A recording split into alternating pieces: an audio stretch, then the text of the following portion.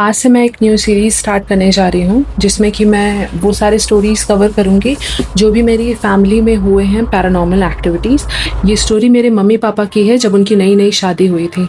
वो जिस घर में रहने गए थे उस पूरे एरिया में उस घर को कोई भी किराए पे नहीं लेता था और उसका रीज़न उन्हें शिफ्ट होने के बाद पता चला। बात साल 1989 की है। पापा का ट्रांसफ़र बिहार के एक बहुत पिछड़े हुए गांव में हुआ था।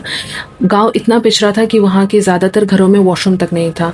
तो मम्मी को वहाँ लाने से पहले पापा ने किराए के घर में एक वॉशरूम बनवाया। उसके बाद मम्मी पापा दोनों वहाँ पे उस घर में शिफ्ट हुए। उस समय मेरी मॉम जो थी वो 6 मंथ प्रेग्नेंट थी विथ माई एल्डर सिस्टर।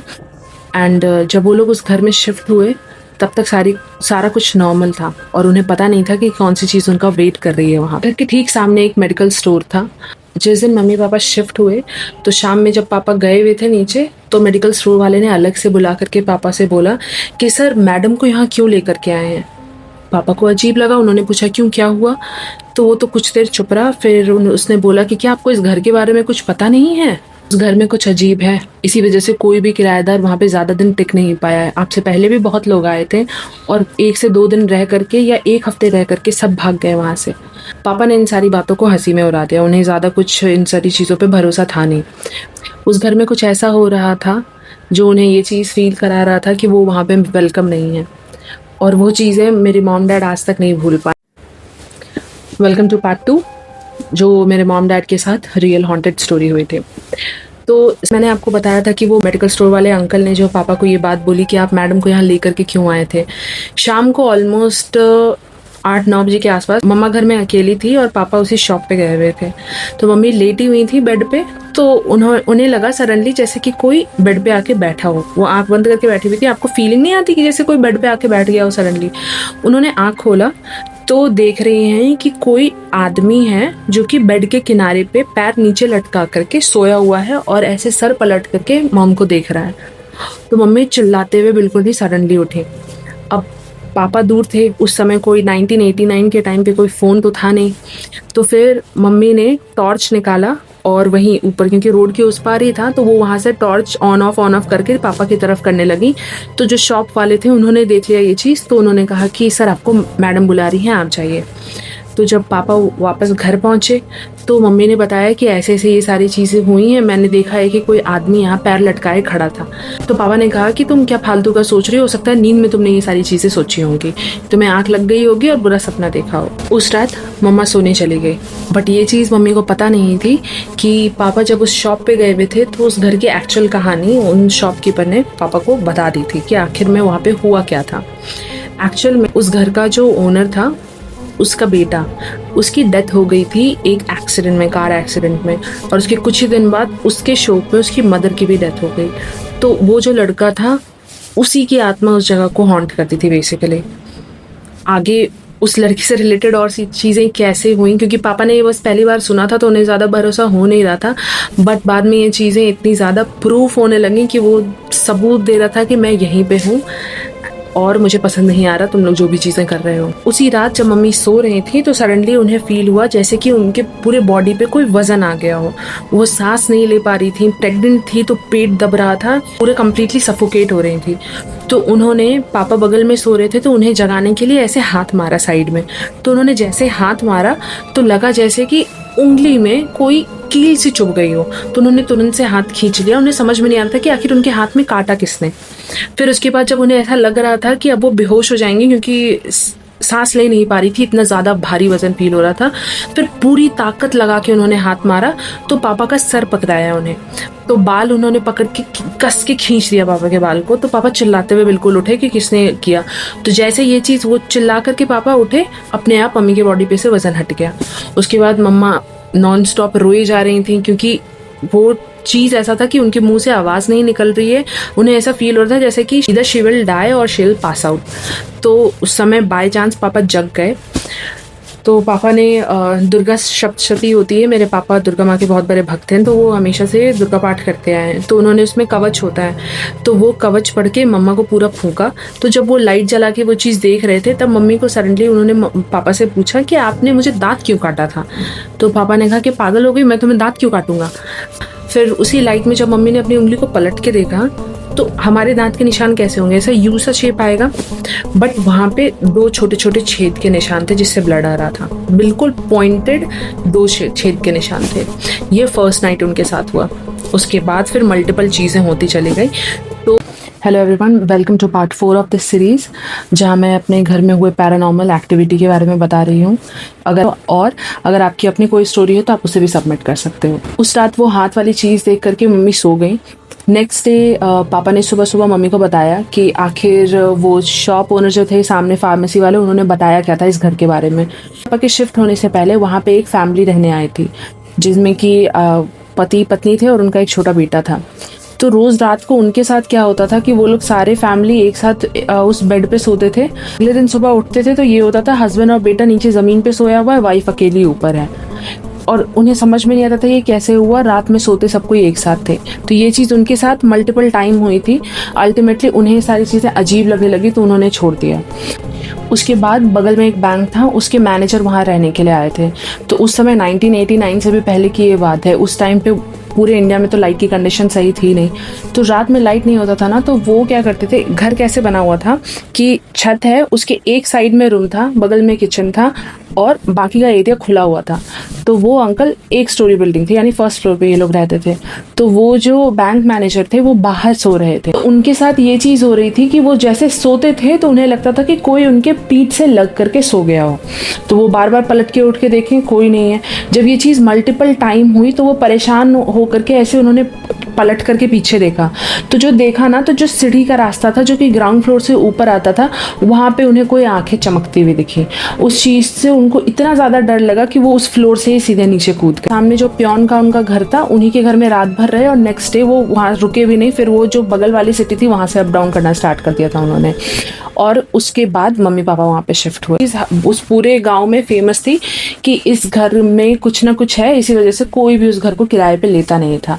और मॉम डैड बाहर से आए थे तो उन्हें ये चीज़ पता थी नहीं, तो ये वाला घर उन्हें किराए पे मिल गया। पापा ने मम्मी को सारा कुछ बता दिया जो कि शॉप ओनर ने पापा को बताया था। उसके बाद पापा ऑफिस को चले गए। पानी के लिए नीचे जाना पड़ता था, नीचे वाले फ्लोर पे जहाँ पे कि ओनर रहते थे। तो वहाँ वो मेन ओनर जो थे मेल, वो और उनकी बेटी और उनकी बेटी की बेटी यानी कि उनकी नातिन रहती थी। तो मम्मी की उनके जो बहन थी उससे बातचीत अच्छी होने लगी। सेम डे रात में जब मम्मी खाना बना रही थी तो उन्हें सडनली ऐसा फील हुआ कि जैसे घर के बाहर कोई चल रहा हो। जो बाहर का खाली एरिया था ना छत का, वहाँ लग रहा था जैसे कोई इधर से उधर चल रहा हो। तो मम्मी को लगा कि पापा आ गए। तो वो आवाज़ें दे रही थी पापा को कि आ जाइए, खाना बन चुका है, ये वो, मगर कोई जवाब ही नहीं दे रहे थे। तो जब बाहर निकल के अल्टीमेटली मम्मी आई खाना बनाने के बाद, तो देखती है बाहर कोई नहीं। तो उन्हें लगा कि हो सकता है पापा वहाँ रुक करके थोड़ी देर चले गए होंगे। फिर जब थोड़ी देर बाद पापा आए तो उनसे मम्मी ने पूछा कि जब आप आए हुए थे तो वापस क्यों चले गए।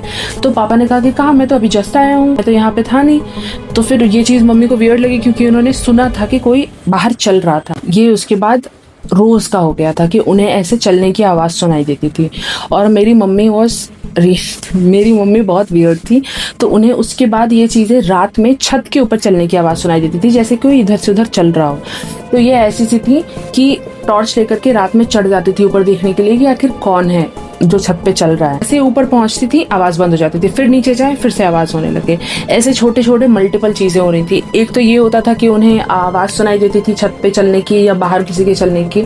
उसके अलावा एक बार पापा के साथ हुआ था कि जो वॉशरूम था वो भी नीचे ग्राउंड फ्लोर पे था।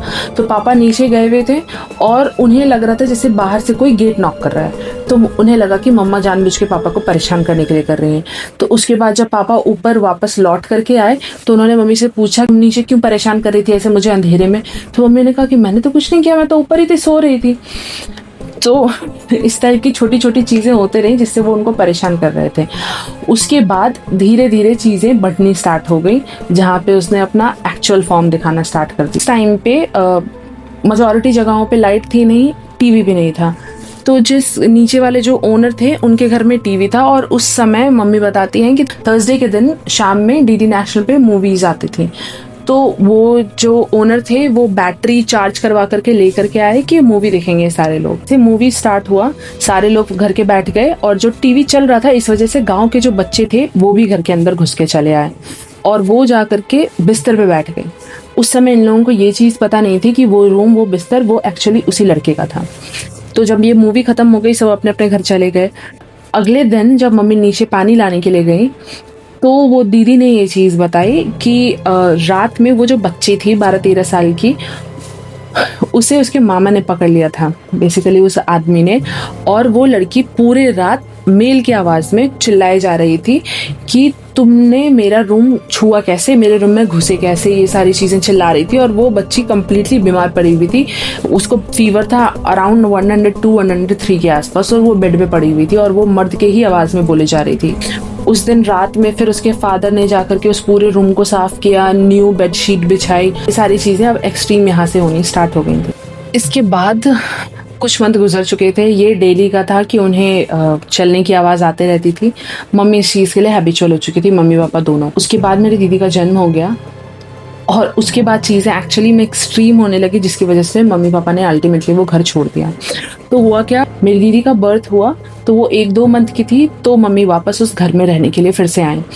तो मम्मी की जो कज़न थी मेरी मासी, वो भी साथ साथ में मम्मी के चली आई। तो उस समय वो बहुत छोटी थी, स्कूल में थी वो। शाम में उन लोगों को सोना था, उन्हें नींद आ रही थी और मम्मी लोगों को रात में किसी शादी में जाना था। तो मासी वहीं बाहर में गेट के बाहर बिस्तर लगा के अपना वहीं पे सो गई।